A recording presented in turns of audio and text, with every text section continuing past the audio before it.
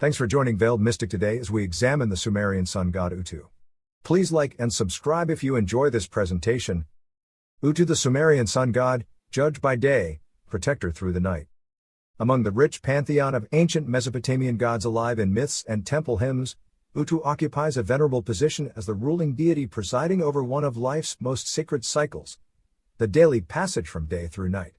From the birth of the first Sumerian city-states over 6,000 years ago to the great empires of Babylonia and Assyria spanning the region for later centuries, the solar god Utu and his sister Inanna reign supreme above vast burning plains and timeless constellations of summer stars.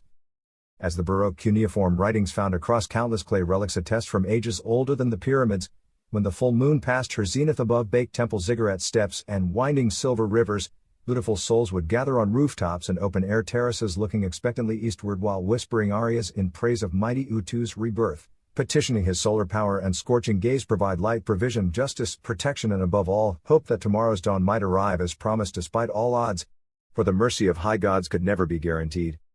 Thus here unfolds the winding epic of honored Utu's cosmic odyssey shepherding ancient Eurasia's earliest known civilizations as divine champion and judge, guide of kings and commoners alike against the ever-encroaching chaos lurking each evening under numinous stars.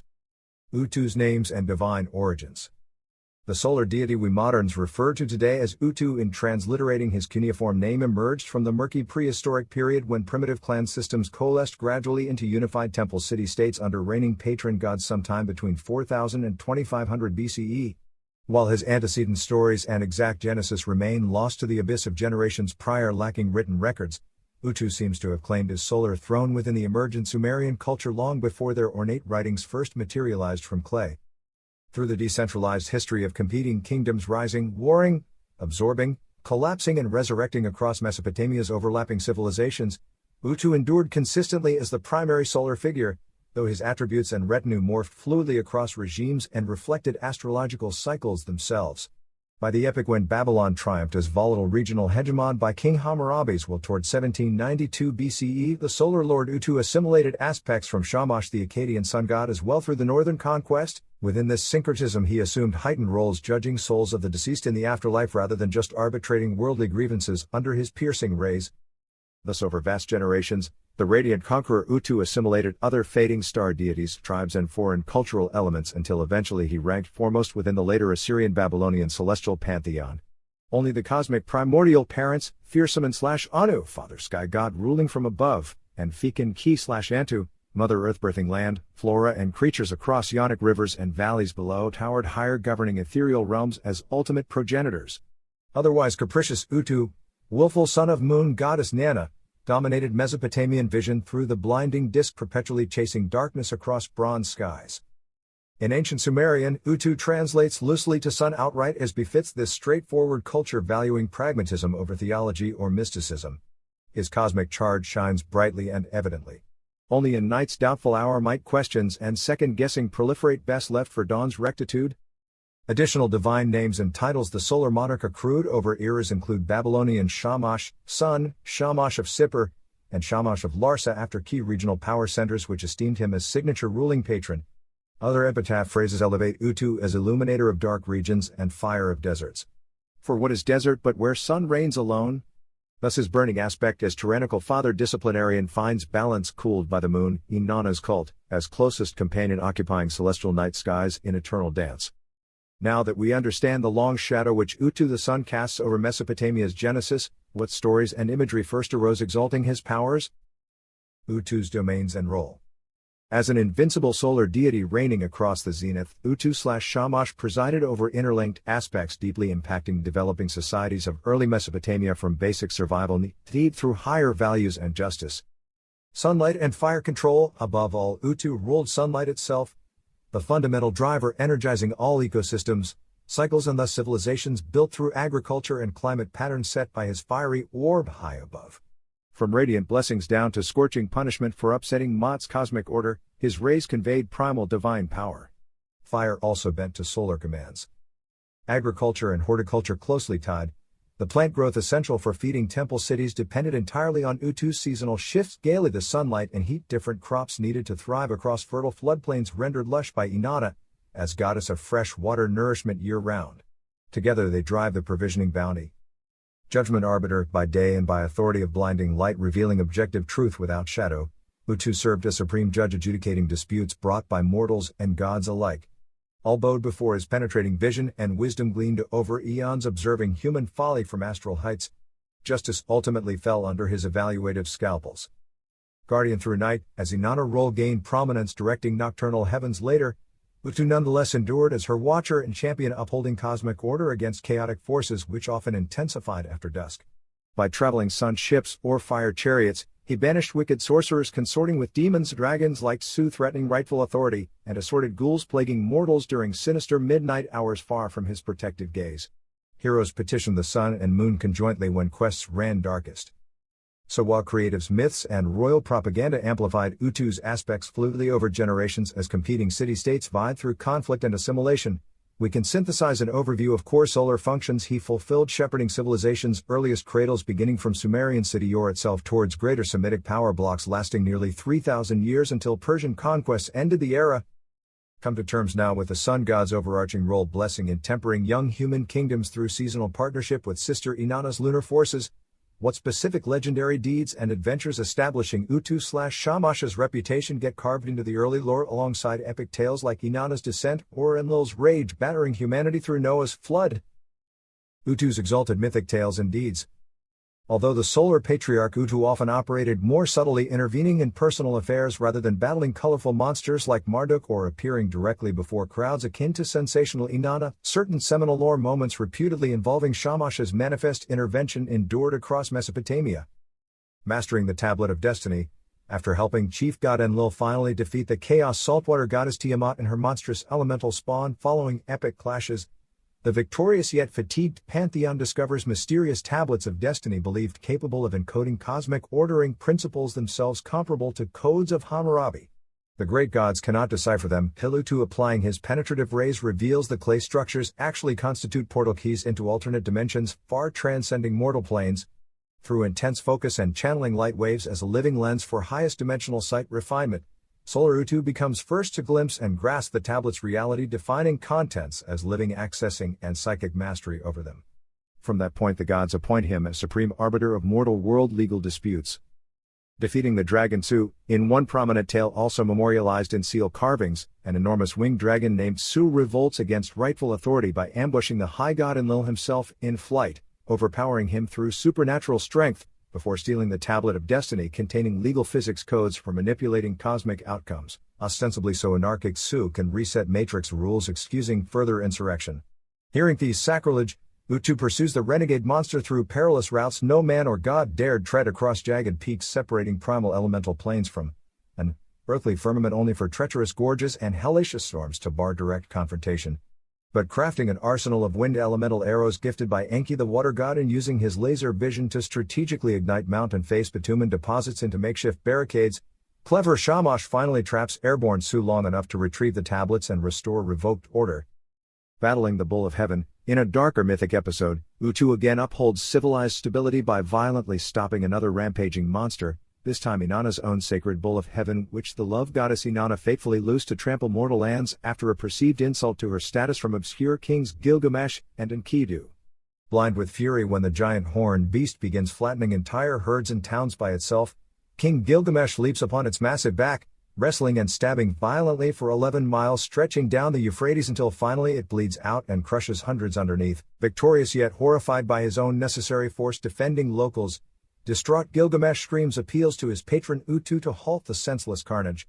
Hearing his champion's cries as noon rays directly penetrate even into the raging dust storm and bloody foam, Utu vaults down in gilded sun chariots to intervene, touching the dying bull with fingertips instantly pacifying its convulsions and magically reversing the collateral trampling damage across myriad farms so stability and grace prevails despite ferocious chaos moments before. The humbled king bows before such divine salvation and orders celebrations blessing noble Utu for delivering them all. So while other gods and goddesses danced across battlefields or under weeping willow arbors far more flamboyantly frequently in their mythic tales, steady Utu's role stands out as balancing warrior champion upholding order against ruin when disorder and injustice directly took root threatening fragile mortal lands. Utu's sacred animals and symbols. Like all major regional Mesopotamian gods ruling cities and elemental forces from patron ziggurat temples, Utu/Shamash's earthly presence and will became associated strongly with certain plants, animals and talismans displaying his solar energy and divine protection. Sacred bulls as alluded with Inanna's bull of heaven, great virile bulls with enormous pointed horns embodied projections of solar potency, libido and aggressive martial qualities across Bronze Age cultures. Priests would thus sacrifice and feast upon bulls when seeking to harness Shamash's supreme radiant dominance linking heaven and earth. Only wild bulls could contain such infernal virility. Lions, this desert land's kings, similarly symbolize the bravery, leadership, hunting ability and ruthless territorial authority. Utu governed daily cycles with across civilized oases and trade routes, ceaselessly under distant watch. Temple phrases exalted lions and held living specimens of them reflecting fearsome aspects when defending against all threats. Snake dragons, as a draconic serpentine monster who dared challenge King Utu before getting captured and executed for treason against authority, dragon cult symbolism ironically later became co-opted as embodiment of Shamash's learned adaptability and martial philosophy favoring deception and covert attack means to outmaneuver arrogant foes or unruly crowds, echoing how the subversive water god Enki often operated through cleverness rather than frontal force. Though exiled, the dragon's legacy persisted. Sun discs and wings. Lastly, Utu's intimate solar emblem existed through immense golden-winged sun discs affixed above ziggurat pyramid temple summit shrines so they might beam first light upon lower cities, not unlike the Egyptian precedents.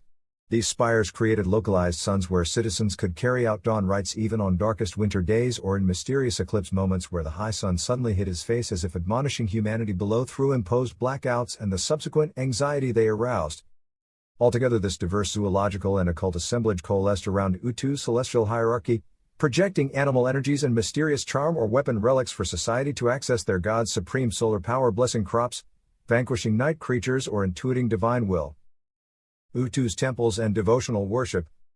As the literal light of the world in agrarian Bronze Age society, Utu Shamash received lavish obeisance and sacrifice across nearly all Mesopotamian city-states, which erected great mud brick staged temples aimed toward eastern horizons so his first pink rays might instantly strike altars directly.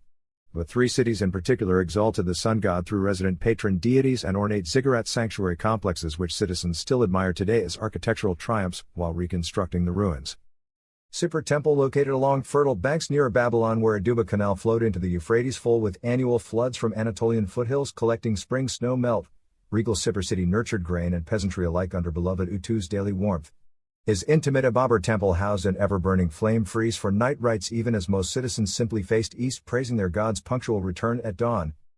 Larsa Temple, further south seaward approaching Persian Gulf marshlands, modest yet still prosperous. Larsa supported date groves and fishing fleets, all dependent on Shamash's seasonal curve. His temple there similarly burned holy oils from the same perpetual fountain so sailors and shepherds never lost commune during long nights fearing bandit raids or capricious Enki's inland flood tempests. Such temples aligned solar and civic cycles together. Babylon Temple, as King Hammurabi forcefully unified competing Semite tribes under sole rule named for Jupiter, his vast Babylon capital paid lofty tribute to sky god Marduk foremost yet still ensured Utu his sacred tiered garden sanctuary pyramid so farmers and judges stayed oriented literally towards the sun's visibility and favor. Babylon's renowned brilliance indeed amplified inclusive worship of the entire pantheon. Across cultic life for nobility and plebeians alike, worship towards honorable Utu manifested through profoundly outward solar alignment of these tiered brick temples, then burning aromatic resins imported from Africa, minute-embellished clay offerings deposited in subcult chambers, and plaintive hymns pleading radiance blessing a fragile civilization so dependent on the sun's mercy against darkness, both literal night and lawless chaos waiting to swallow fragile social order without ceaseless nurturance only possible from above. Common people paraded golden statues of their god through fields while priests orchestrated elaborate week-long fertility festivals whenever omens suggested Utu's displeasure at flagging piety or poor harvests struggling against locusts or pear years. Hundreds of sacred courtesans and performers might join the urgent rites, while such renowned Middle Eastern kingdoms now justly celebrate later achievements pioneering wheeled vehicles, astronomy, cubit measurement standards and written law principles far ahead of other global cultures. Looking back, it was humble dependence on agricultural stability that first necessitated the social cohesion allowing innovations. And as sustainer of those crops, the sun god was father to all. Life and death judgment. While clearly essential to civic planning and yearly crop bounty from earliest urban manifestations on through Assyrian empire spanning 2,300 years until Persia's arrival, Utu Shamash's role adjudicating individual souls' moral life deeds for net karma grew more dominantly in the people's minds as Babylonian astrology sophistication evolved. Specifically as their intricate stargazing sciences parsed ever finer cosmic time cycles and celestial patterns, giving rise to cultural obsession with numerology omens affecting everyone's daily decisions about business deals, romance decisions, or military timing. A feeling of one's ultimate fate hanging upon threads controlled by capricious divine forces instilled profound anxiety. Simultaneously, the spectacular rise of adept priest-magician orders like puritanical Chaldeans, erotic Ishtar pleasure cults, and funerary dirges expanded the population's vision dramatically regarding afterlife potentials once the physical body expired after often less than 40 years lifespans. Where initiates may experience profound direct spirit contact glimpsing the heavens, hellish specters also sporadically manifested as restless ghosts or vampiric entities according to tablets. This cultural tension between transcendent hopes and haunting fears amplified demand for guarantees about one's soul outcomes.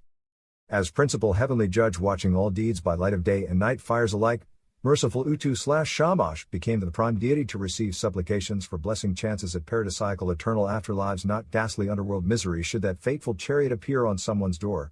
His verdicts dictated their true legacy. So while nurturing agriculture and protecting against monstrous aberrations remained necessary to communal welfare on earth in the material sense, Utu's greater decision ring impacting individual conclusions after death understandably gripped the imagination once glimpses of that enormity appeared for all social classes. Judgment by sunlight represented merely a rehearsal for his true weighing of hearts against the feather of divine order after flesh melts to bone. And so litanies uttered from both desperately poor urban alleys up to regent bedchambers implored the sun god secretary that most contemplative lifetime virtues might counterbalance restraining shadowy demons eventually at journey's end. His fiery eyes missed nothing till then either. This concludes our tour through major epics and responsibilities defining the supreme sung god Utu/Shamash, whose worship united early civilization centers in Mesopotamia from 4000 BCE until the Persians and Greeks absorbed the region not long before monotheism banished such ornate pagan pantheons towards extinction.